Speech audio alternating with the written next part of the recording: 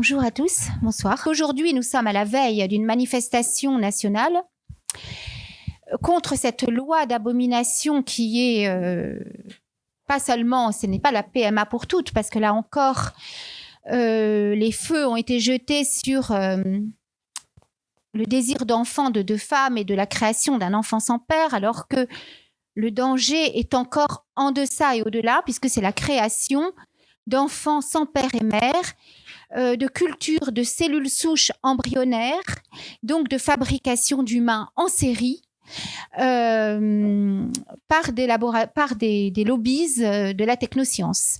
Et donc, le problème est sélectionné par le big data, c'est-à-dire par les robots. Donc, pour moi, le problème, si vous voulez, c'est que on parle beaucoup du voile musulman. On oublie que le voile des femmes chrétiennes est absolument... qu'elles sont persécutées aussi quand elles portent le voile, puisqu'il y a eu, il n'y a pas longtemps, le fait divers de cette religieuse à qui on a interdit une maison de retraite.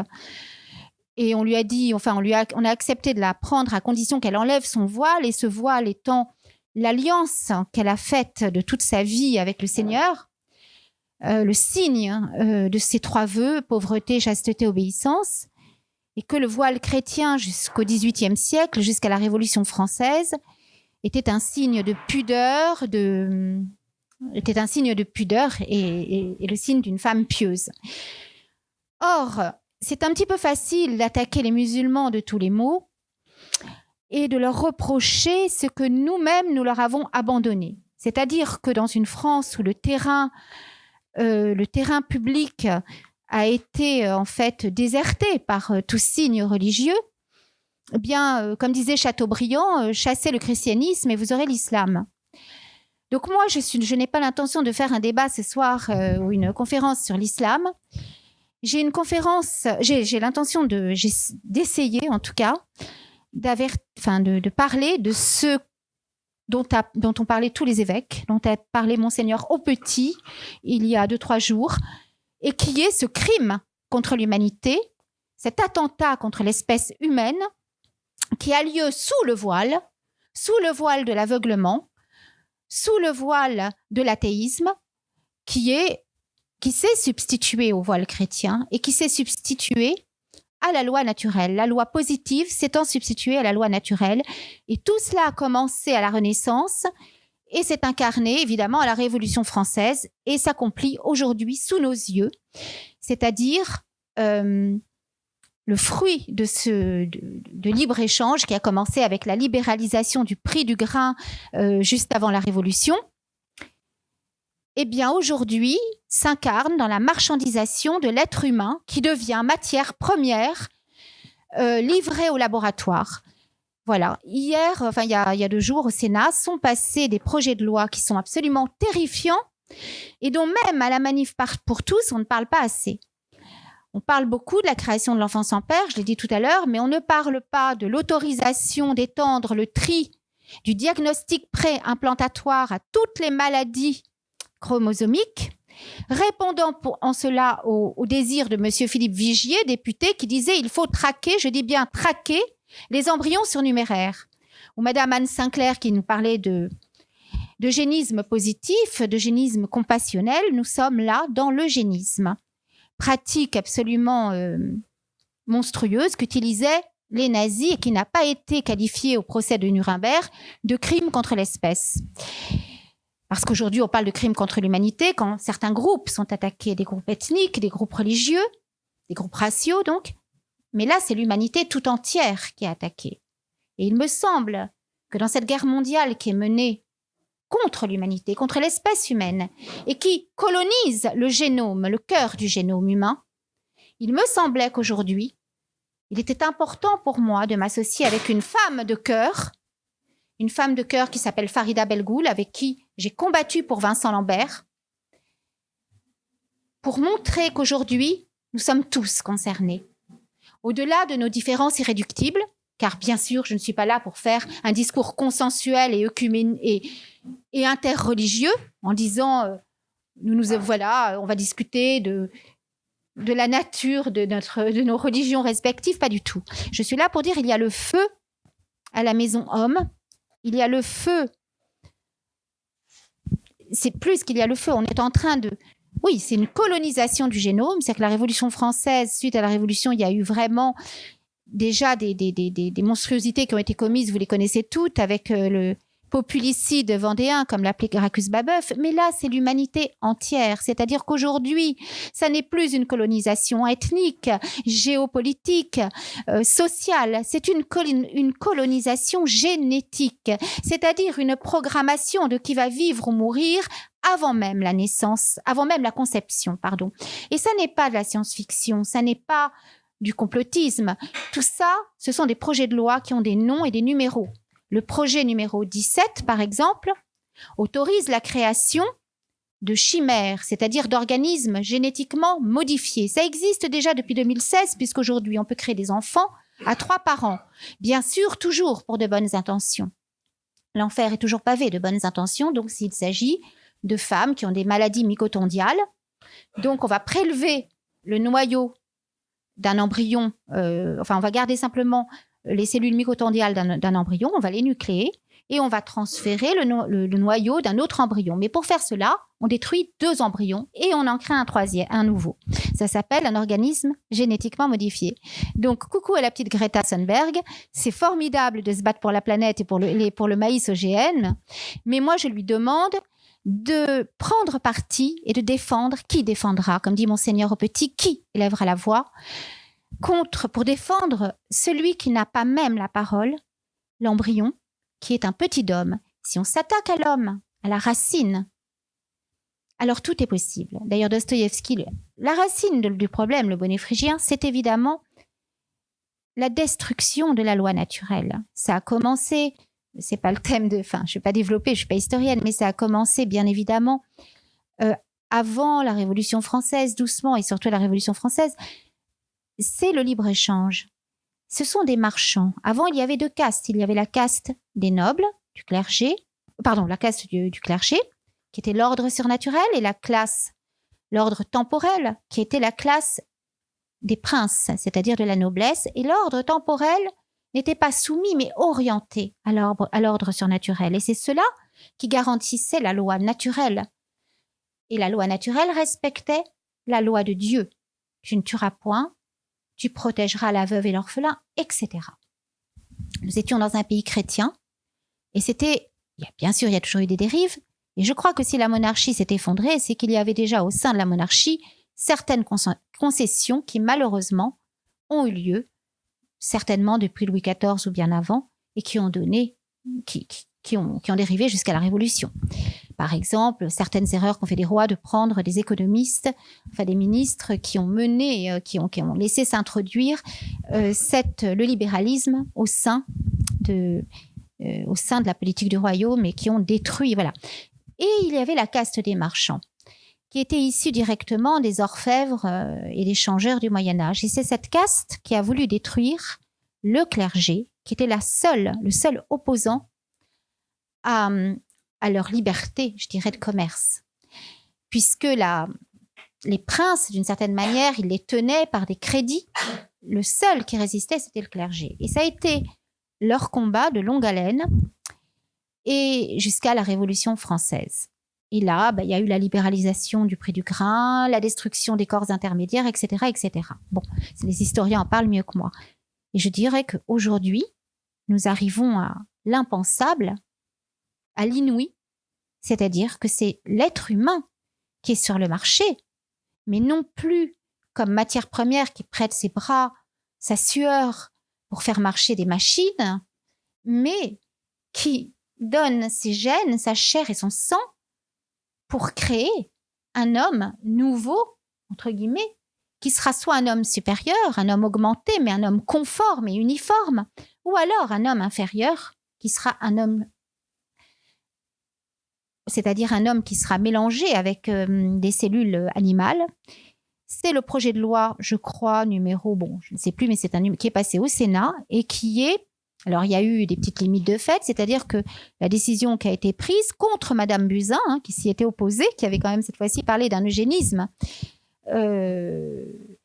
c'était l'idée de transférer des cellules adultes humaines, et non plus des cellules embryonnaires, des cellules qui s'appellent IPS humaines, dans des ovocytes de porc, de singe ou animal, mais d'empêcher la parturition, c'est-à-dire la naissance. Voilà, ça reste au stade embryonnaire, pas plus de 50% de cellules humaines, mais enfin, ça crée quand même une chimère. Et pourquoi ?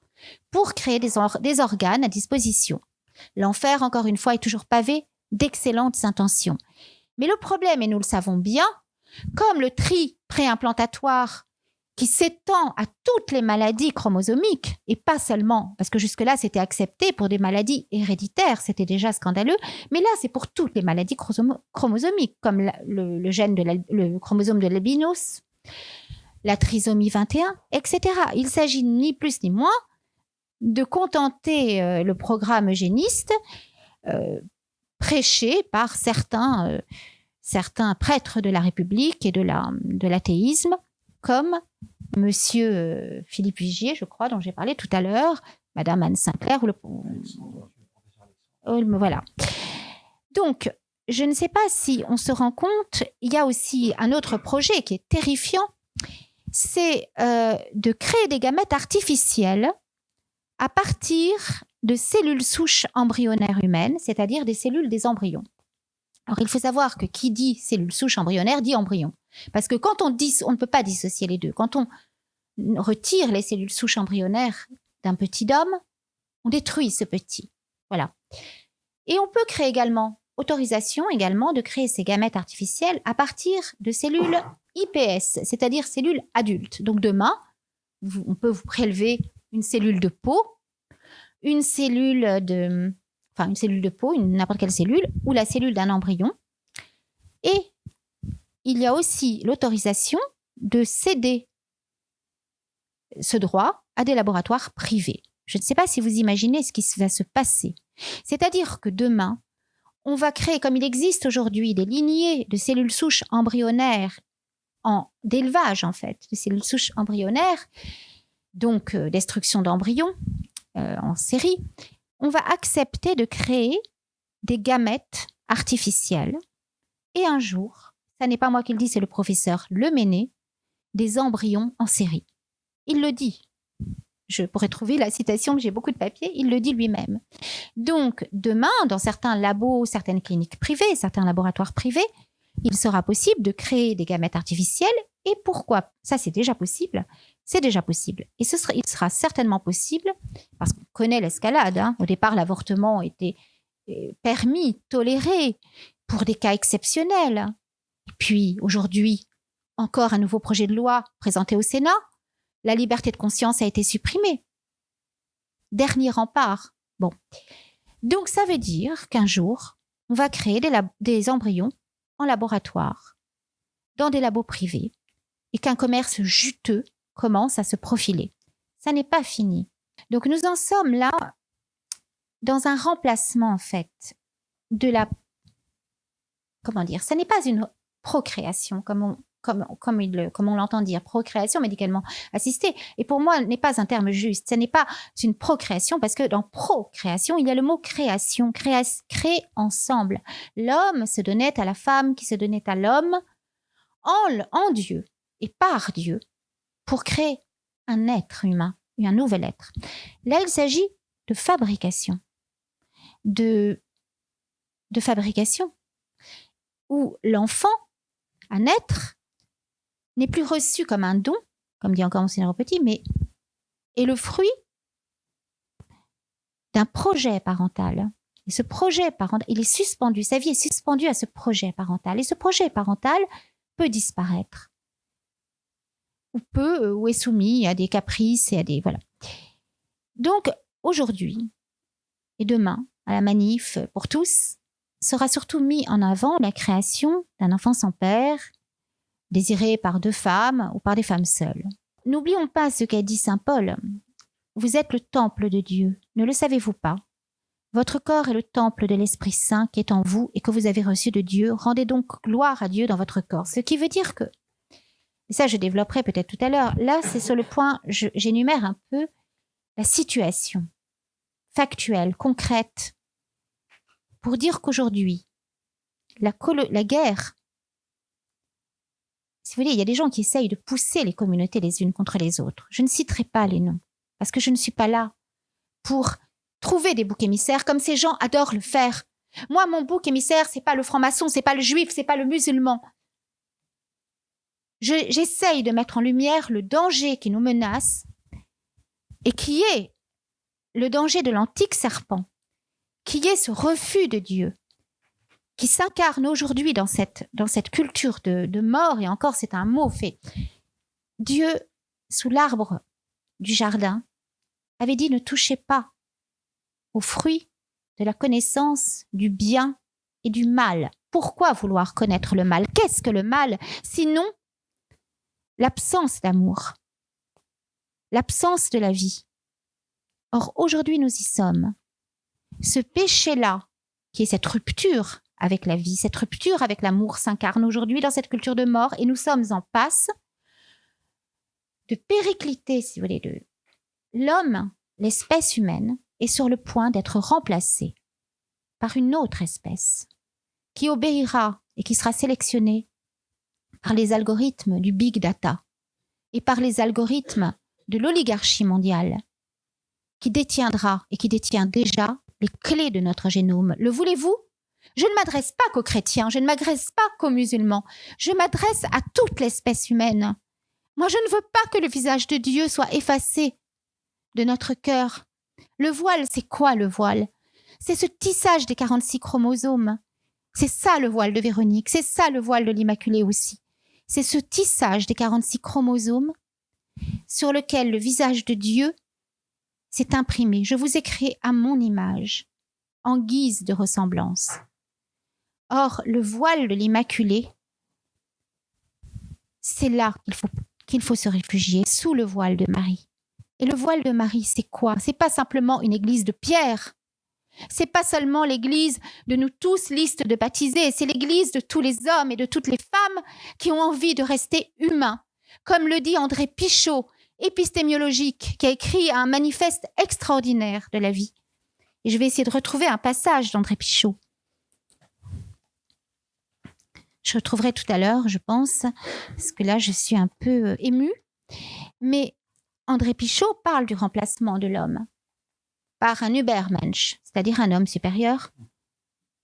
Ce qu'on appelle le transhumanisme, c'est pas un homme chez qui on a implanté simplement une jambe d'acier ou une puce au niveau du cœur. Enfin, pas une puce, une valvule. C'est plus que ça. C'est un homme sélectionné avant la conception par d'autres hommes qui ont les clés du pouvoir parce qu'ils ont l'argent. Eh bien ça, je n'en veux pas. Ça, je n'en veux pas. Et si j'ai suivi Jésus-Christ, que j'ai quitté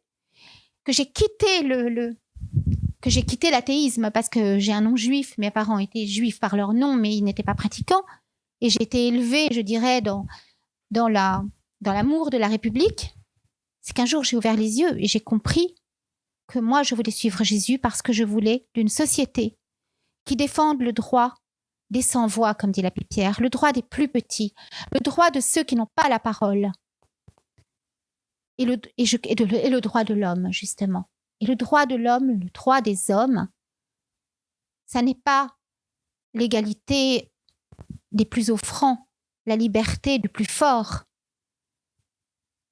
L'égalité, le droit de l'homme, c'est justement défendre le plus petit d'entre les petits.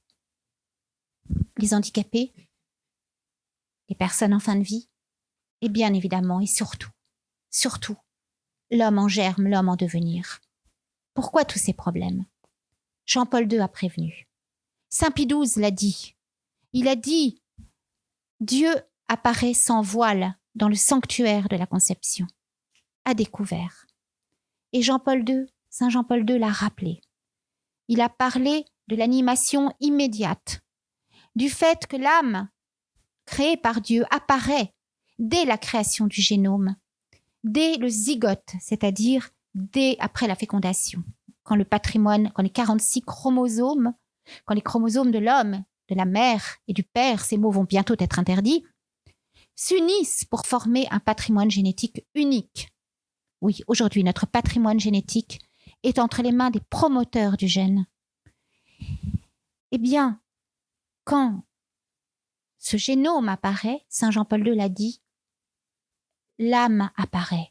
Et c'est pas Saint Jean-Paul II qui le dit, c'est dans tous les psaumes. C'est dans le livre de la Genèse, c'est dans les psaumes, c'est dans Daniel. Je parlerai de certains tout à l'heure, je vous parlerai de la traduction de M. Crombette qui traduit le psaume 139. Tu m'as tissé dans le ventre de ma mère, mon embryon, tes yeux le voyaient, qui traduit Daniel 9, 27, je crois, qui traduit l'antéchrist. Qu'est-ce que l'antéchrist quand Saint Jean en parle? Tout ça, j'en parlerai tout à l'heure. Et il faut savoir que aujourd'hui, ce qu'on essaie de faire, on nous parle de la paternité à la Manif pour tous, c'est d'arracher l'homme à sa paternité divine. Et le droit de l'homme, c'est ça, c'est de rendre l'homme à Dieu. Parce que Dieu, c'est celui qui nous garantit le fait que la vie est une valeur inviolable. Or, aujourd'hui, on l'a vu avec l'affaire Vincent Lambert. Quand M. Molins, procureur général, a cassé le jugement de la cour d'appel, il a dit, qui avait statué en disant « mais la vie est une valeur inviolable ». M. Molins a dit « non, ça ne peut pas être une valeur inviolable, parce que si la vie est une valeur inviolable, alors il faudrait remettre en question la loi d'avortement et la loi Leonetti ». Donc aujourd'hui, on le voit. Moi, je ne juge pas les femmes qui avortent. Je ne juge pas les gens qui, en souffrance épouvantable, veulent partir, mais ça n'est pas la question. La loi Leonetti ne concernait pas M. Vincent Lambert, on l'a bien vu, c'est pas le sujet aujourd'hui. M. Vincent Lambert n'était ni en fin de vie, ni sous acharnement thérapeutique, etc. Mais on voit aujourd'hui que ça n'est plus la médecine qui est au service de la vie, mais la vie et sa valeur inviolable qui devrait servir des lois issues non plus de la loi naturelle, mais de ce fameux droit positif dont on parlait tout à l'heure, c'est-à-dire d'une loi spéculative qui crée une loi autre que celle de la loi naturelle, c'est-à-dire une loi qui s'adapte à la loi du marché et à la loi des marchés. Donc l'homme, sa valeur aujourd'hui, elle varie selon la loi des marchés. Nous sommes soumis aux algorithmes et aux chiffres. Ça, je le refuse. Et quand cette petite fille m'a dit un jour, si tu ne crois pas en Jésus, tu seras emporté par les robots, c'est là qu'a été conclue, je dirais, l'alliance. C'est là, je ne l'ai pas compris tout de suite, je l'ai compris des années et des années plus tard, mais aujourd'hui, ça c'est clair, le voile se soulève et je comprends que le seul rempart contre cette barbarie aseptisée, cette barbarie en gants blancs qu'a dénoncé le pape François, qu'a dénoncé le cardinal Sarah, qu'a dénoncé Monseigneur Aupetit, eh bien le seul rempart, c'est Jésus-Christ. Et il y a des musulmans, oui, et je le dis et j'ose le dire, qui aiment Jésus, et même s'ils ne le reconnaissent pas comme le Verbe éternel fait chair dans le sein de Marie, mais comme un prophète exceptionnel qui reviendra à la fin des temps, ils l'aiment. Ils l'aiment avec leurs entrailles, ils l'aiment avec leur cœur, et je l'ai vu il y a une semaine, 2 femmes musulmanes qui m'ont dit « mais nous, Jésus, on l'a dans la peau. Et Jésus, il nous attend quelque part. » Et la seule... Et qui disait, mais il dit des choses merveilleuses, etc., etc., et j'en passe. Voilà. Mais donc, pardonnez-moi, Père Blin, je ne suis pas venue ici parler de l'opposition ou de ce qui pourrait nous rassembler ou nous séparer avec les musulmans. Je suis venue dire, il y a le feu, ou il y a plutôt la glace de la cryogénisation, de la vitrification de ces embryons qui sont vitrifiés à moins 196 degrés systématiquement, les embryons surnuméraires produits par la PMA, et pas la PMA pour toutes, la PMA tout court, et qui, au bout de 5 ans, seront soit détruits, soit donnés, voire vendus à des labos pour l'expérimentation, s'ils ne font plus l'objet d'un projet parental. Et je crois, je n'ai peur de dire des bêtises, qu'aujourd'hui, il n'est peut-être même plus question de demander l'autorisation. Enfin, je ne sais pas. Peut-être qu'il n'y aura même pas besoin d'une autorisation de projet parental. Donc, évidemment, il s'agit d'embryons surnuméraires.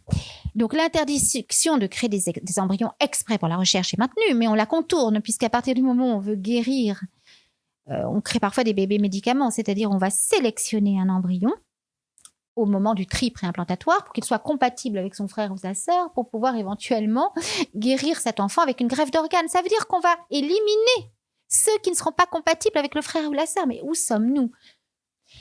Et maintenant, je vais parler du tri préimplantatoire aux aneuploïdies, qui est ce tri qui permettra de sélectionner les embryons qui ont une anomalie chromosomique.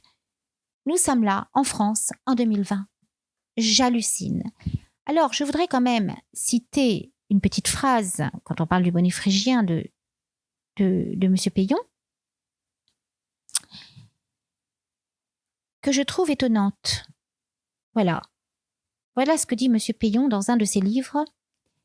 Il faut donc à la fois déraciner l'empreinte catholique, qui ne s'accommode pas de la République, et trouver, en dehors des formes religieuses traditionnelles, donc toutes les religions monothéistes, une religion de substitution qui arrive à inscrire jusque dans les mœurs, les cœurs, la chair, les valeurs et l'esprit républicain, sans lesquels les institutions républicaines sont des corps sans âme qui se préparent à tous les dévoiements. C'est-à-dire que M. Payon inverse tout. Tout à coup, ce seraient les corps républicains qu'il faudrait préserver parce qu'ils risqueraient de devenir des corps sans âme. Mais il parle d'inscrire dans la chair la nouvelle religion. Et la nouvelle religion, c'est quoi? Ça n'est pas la République. Moi, je veux bien d'une République qui soit humaine, qui soit démocratique vraiment, et qui soit orientée vers Dieu. Mais il s'agit d'une République qui obéit à la liberté, au libéralisme. Voilà. Ça s'appelait le libre-échange au XVIIIe siècle et ça devient aujourd'hui la loi du marché. Aujourd'hui, au XXIe siècle, nous sommes dans cet utilitarisme. C'est même pas que nous y sommes, c'est qu'il est allé à son extrême, à son extrémité en fait. Alors tout à l'heure, le point que j'avais quand même oublié de vous dire, c'est qu'il était question aussi, et après j'en viendrai à la partie un peu plus mystique et prophétique, il est question au Sénat d'une autorisation qui est terrifiante. Jusque-là, on pouvait, ce qui est déjà totalement monstrueux, cultiver un embryon et le laisser vivre jusqu'à 6 jours. Maintenant, il était question que ce soit prolongé jusqu'au 14e. Eh bien, ce sera jusqu'au 21e jour que l'embryon peut être sous culture. Ça veut dire que ça prépare la voie à ce que je disais tout à l'heure, c'est-à-dire non seulement la création de gamètes artificiels à partir de cellules souches ou de cellules adultes, mais aussi la création d'embryons. Parce que si on arrive à faire passer cette loi comme quoi l'embryon peut vivre jusqu'au 21e jour, or il faut savoir que l'embryon se nidifie à partir du 6e, ça veut dire que c'est la porte ouverte à l'utérus artificiel, et c'est la porte ouverte, donc, à des créations, à des fabrications d'hommes qui se passeront du ventre des femmes. Donc ce ne sera plus, comme disait M. Pierre Berger, que le ventre de la femme est un bras d'ouvrier, c'est comme un bras d'ouvrier. Ce sera qu'on va se passer du ventre des femmes et que demain, on créera des enfants en laboratoire. Voilà. Et c'est tout à fait possible. C'est pas Donc, M. Aldous Huxley, c'était vraiment un programme et non pas un récit prophétique. En revanche, ce qui est un récit prophétique et ce qui est la parole de Dieu, c'est dans l'Apocalypse. Tout ça est annoncé. Ce sont dans les livres saints, que ce soit dans l'Ancienne Alliance et évidemment dans les évangiles de Saint Jean jusqu'à l'Apocalypse.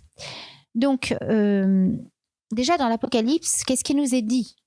Il nous est dit que la femme s'en va au désert, qu'elle va accoucher et que le dragon guette pour dévorer l'enfant. Cette femme, on a souvent dit que c'était l'Église, on a souvent dit que c'était la Vierge Marie, mais je crois que c'est tout simplement ce que je disais tout à l'heure, le lieu de la conception. Le lieu de la conception immaculée. Alors bien sûr, Marie, c'est l'Immaculée Conception dans le sens qu'elle n'est pas entachée du péché originel, c'est-à-dire du péché de séparation d'avec Dieu. Elle est une transparente de Dieu, mais au-delà, il faut le prendre au sens même, au sens littéral. La conception immaculée, c'est une conception qui est inviolée. Inviolée dans le sens qu'elle n'est pas soumise justement aux financiers qui peuvent y intervenir et prendre possession de ce lieu de la conception, ce qui arrive aujourd'hui. Et les choses sont très graves. Donc, cette femme, elle est couronnée de 12 étoiles. Elle est debout sur la lune. La lune est sous ses pieds.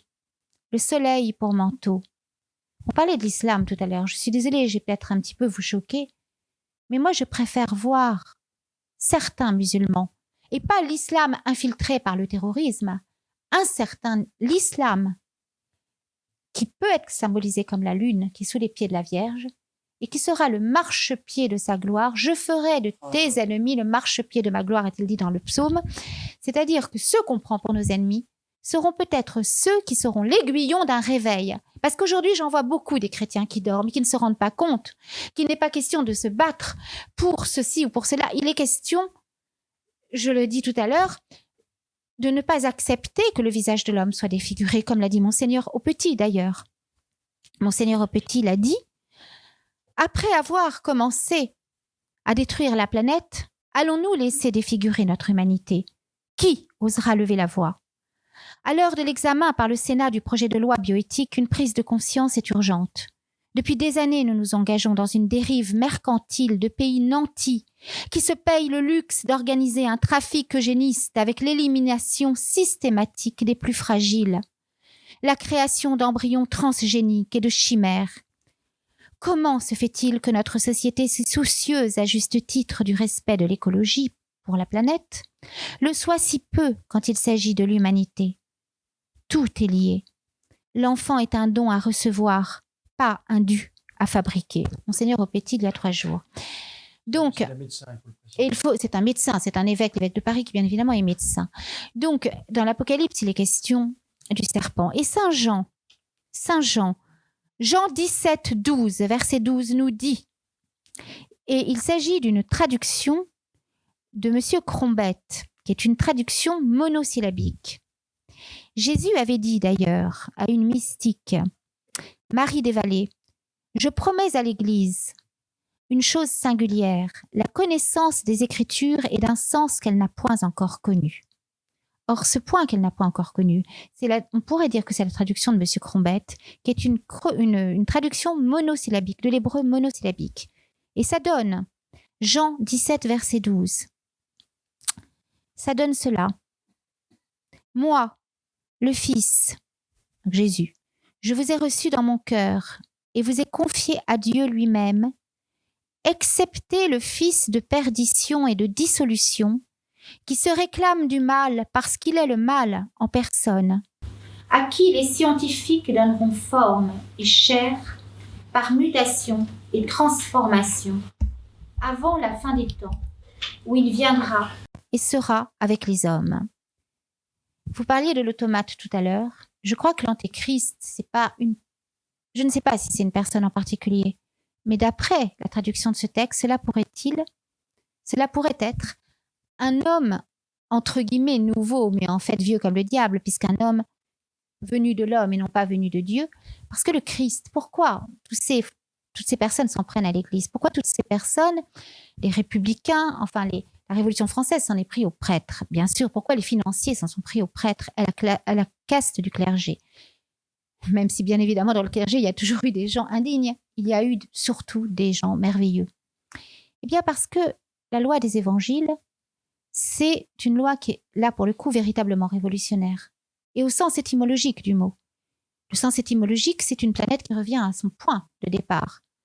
Donc, à son point, à sa source, à la source d'où tout naît, qui est Dieu. Et qui est cet amour? C'est ce que dit Saint Jean au début de son prologue. Dieu est amour. Et cet amour se fait chair. Eh bien, c'est ce qu'essaient aujourd'hui d'effacer les sorciers de la génétique. Ils essayent d'effacer, comme j'ai dit tout à l'heure, le visage de Dieu en l'homme. Ils essayent de faire en sorte que cet amour ne se fasse pas chair. Parce que Satan a horreur de l'incarnation.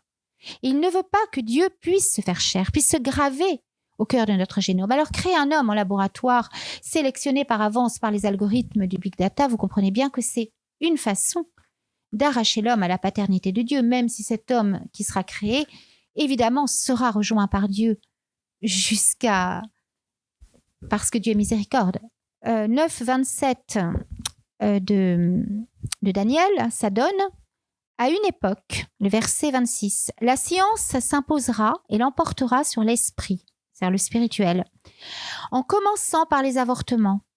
En touchant à la vie, on atteindra l'âme créée par Dieu.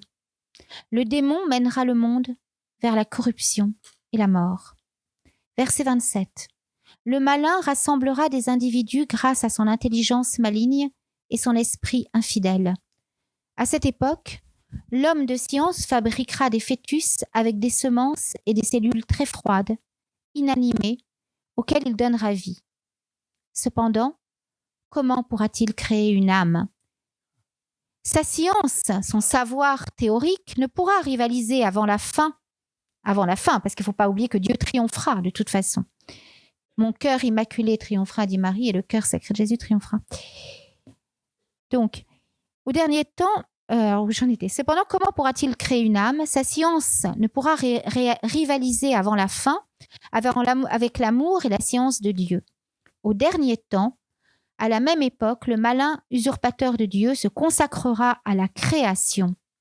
Fabrication de chair par mutation scientifique de semences et de cellules, prenant possession du lieu de la femme, de la féminité, c'est-à-dire l'utérus. La pire des abominations, négation du principe de la conception voulue par Dieu, fabrication à partir de particules. Ce temps accompli, ce temps venu, le Seigneur, au moment du jugement, effacera cette désolation. Nous y sommes. J'ai peur d'être un peu longue, mais il y a le psaume 139 également. Quand on suit cette méthode Crombette, on tombe sur quelque chose d'étonnant. Vous savez, c'est le fameux psaume qu'ils ont lu d'ailleurs à la mort de mon père et qu'on lit souvent au baptême. Tu m'as tissé dans le ventre de ma mère, tu m'as brodé au sein de la terre, mon embryon, tes yeux le voyaient, tous mes jours, tu les connais, etc., qui montre l'omniscience de Dieu et sa miséricorde et le fait que Dieu nous désire avant même notre naissance. Eh bien voilà, ça donne aussi cette méthode Crombette. Durant la conception, bon, j'essaye de faire court, dans le sein de la mère, tu développes les reins, tu informes chaque âme qui est unique, mais entachée par la... Bon. Cependant, l'âme du fœtus n'est pas destinée au mal parce que... Bon, attendez, j'essaye de faire simple. Précisément, avant même que l'utérus soit ensemencé, tu me connais, et dès la conception, tu me façonnes par ta science créatrice et avec juste mesure. Dans le sein de la mère, l'embryon informe devient une personne unique avec un esprit. À la fécondation, Dieu fait entrer dans l'être en puissance l'âme posée en principe pour l'éternité. L'embryon devient une personne dès que l'esprit et la parole de Dieu le visitent, alors qu'il est encore invisible. L'âme l'embellit. Dans le plan divin, le premier jour de mon existence est connu de Dieu. Mystère de sa toute-puissance, mais aussi est connu le jour de ma mort. Lui-même donne forme à mon esprit qui devient sa demeure, etc. Donc, on voit bien qu'aujourd'hui, il y a eu une petite dérive à un moment.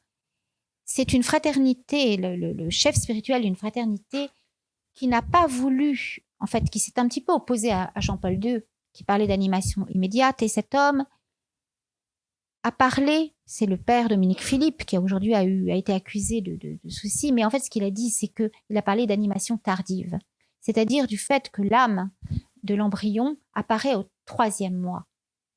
Et cette animation tardive, il suit en cela saint Thomas d'Aquin, sauf que saint Thomas d'Aquin, à son époque, n'avait pas tous les éléments. Le fait de parler d'une animation tardive, d'une âme en puissance, mais pas encore là, au 3e mois, a permis toutes les dérives. A permis toutes les dérives parce qu'il a certainement permis à ce qu'au moment de la loi d'avortement, l'Église n'est peut-être pas ne soit pas assez opposée à cette loi d'avortement. Parce qu'aujourd'hui, permettre en fait la mise à mort d'enfants dans le sein de la mère, le permettre, enfin c'est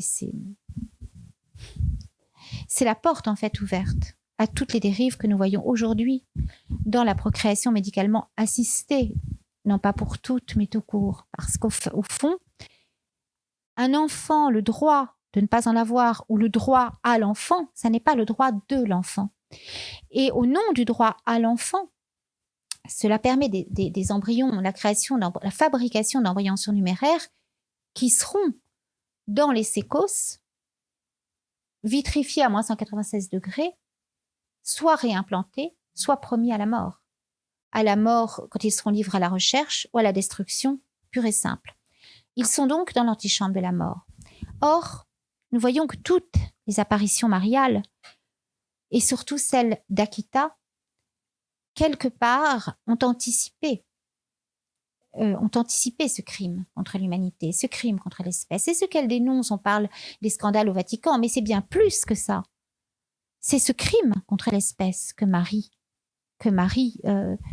dénonce, que ce soit à Fatima, à la Salette ou à Akita. D'ailleurs, les apparitions d'Akita commencent en 73, se terminent en 1981, et c'est à partir de 75, date exacte de la loi d'avortement, que la Vierge Marie se met à pleurer des larmes de sang. Donc, on peut certainement faire un parallèle avec ces apparitions.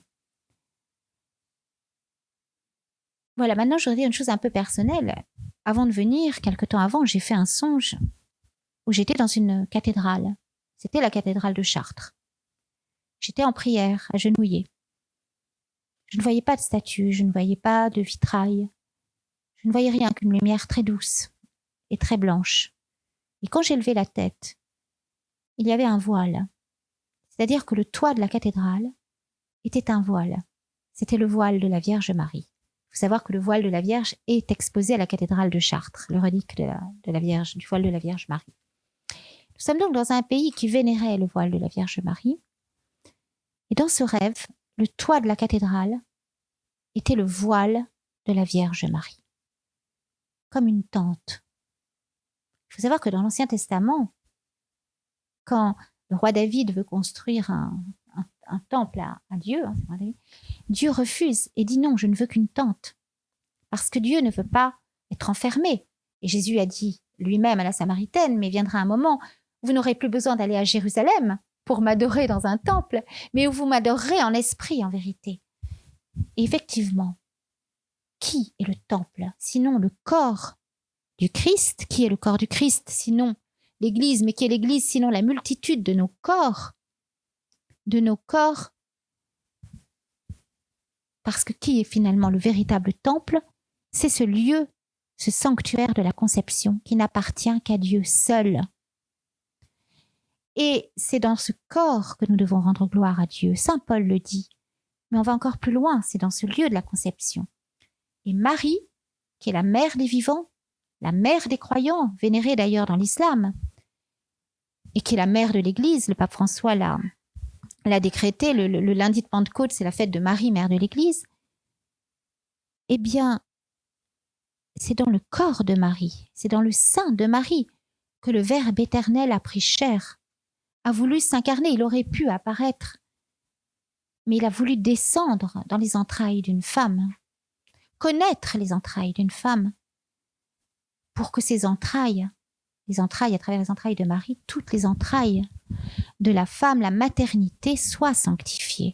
C'est par la mère et par les entrailles de la mère que Dieu s'est fait chair, que le Verbe éternel de Dieu s'est fait chair, a assumé notre nature divine, notre nature humaine, pardon, et qu'il a permis à nous humains de pouvoir retisser ce lien qui avait été rompu par le péché originel. Et aujourd'hui, qu'est-ce que font tous ces marchands? Ils essayent non seulement de défaire l'image de Dieu dans notre cœur et sur ce voile tissé des 46 chromosomes, mais ils essayent surtout de profaner la maternité et de s'en passer, c'est-à-dire de créer un homme qui ne passe plus par le corps d'une femme. Un homme à disposition d'organes et qui soit fabriqué en série. Un homme né de cellules, comme le disent les prophéties de Daniel. Un homme dépendant de l'homme. Non, justement, un homme qui se veut indépendant de Dieu, mais qui était totalement esclave de l'homme, parce que on nous a fait croire que Dieu voulait notre liberté, que Dieu nous rendait esclaves. Mais moi, j'ai envie de dire, ni esclave ni maître, mais Dieu seul. Ni esclave ni maître, mais Dieu seul.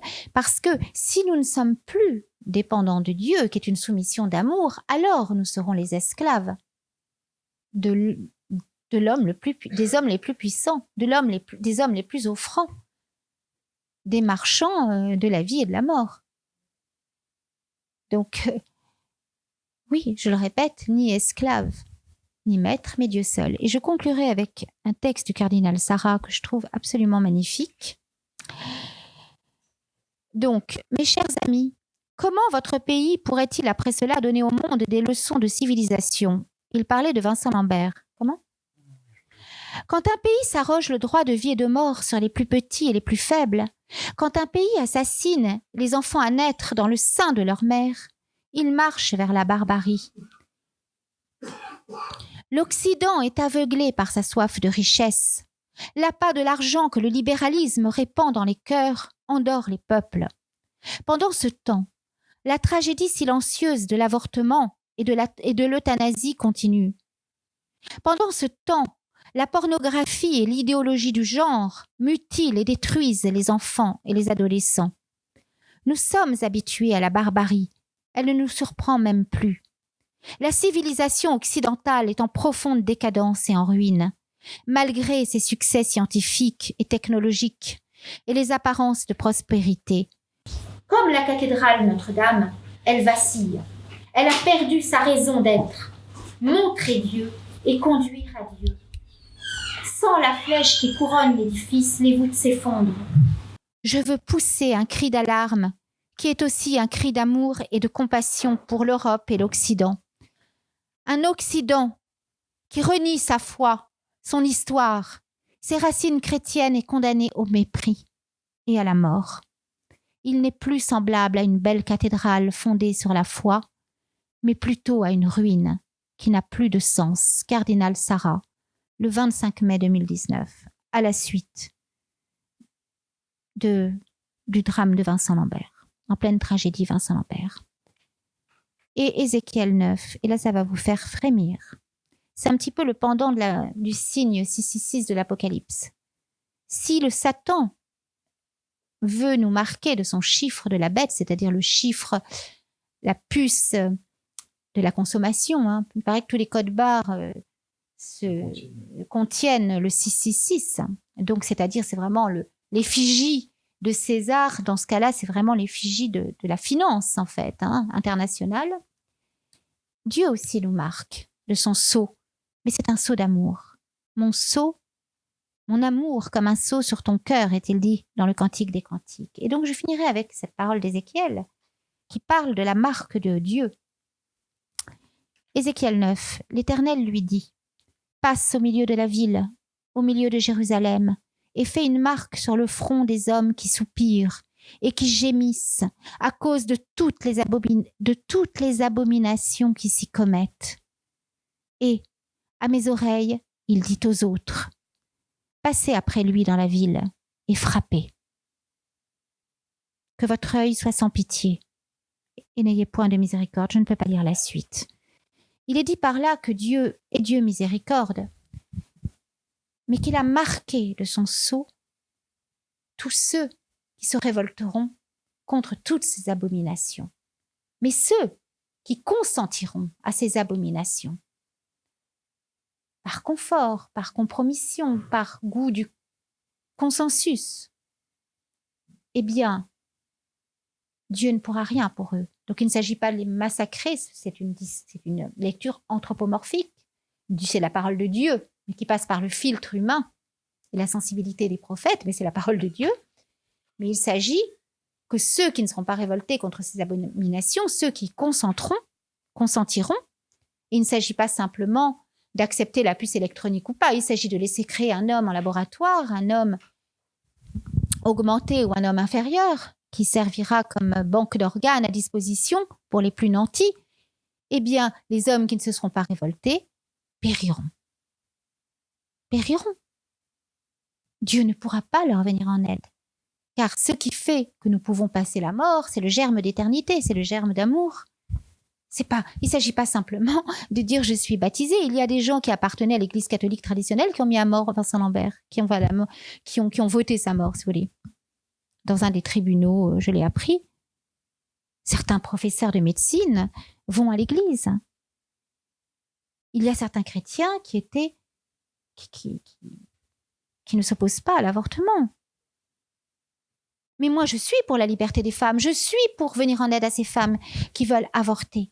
Mais je suis surtout pour la loi du plus petit. Et le corps de cet enfant, non, ne leur appartient pas. Ça n'est pas leur corps, etc., etc. Donc voilà, je pense qu'aujourd'hui, il faut se réveiller et que l'islam n'est pas l'ennemi. L'ennemi, c'est la tiédeur, c'est l'aveuglement, c'est le voile de l'aveuglement, le voile de la tiédeur. Et la toile d'un voile qui se tisse au cœur et colonise notre génome et qui est le voile issu du bonnet phrygien, qui est le voile du mensonge. Le voile, la toile d'une toile d'araignée qui quadrille le monde entier et permettra de sélectionner l'homme avant sa conception et empêcher toute liberté pour arracher l'homme à sa paternité, à sa filiation divine et empêcher que s'inscrive au cœur du génome l'image de Dieu, son sourire, son cœur battant au cœur de notre cœur. Voilà là où est l'enjeu pour moi. Merci en tout cas.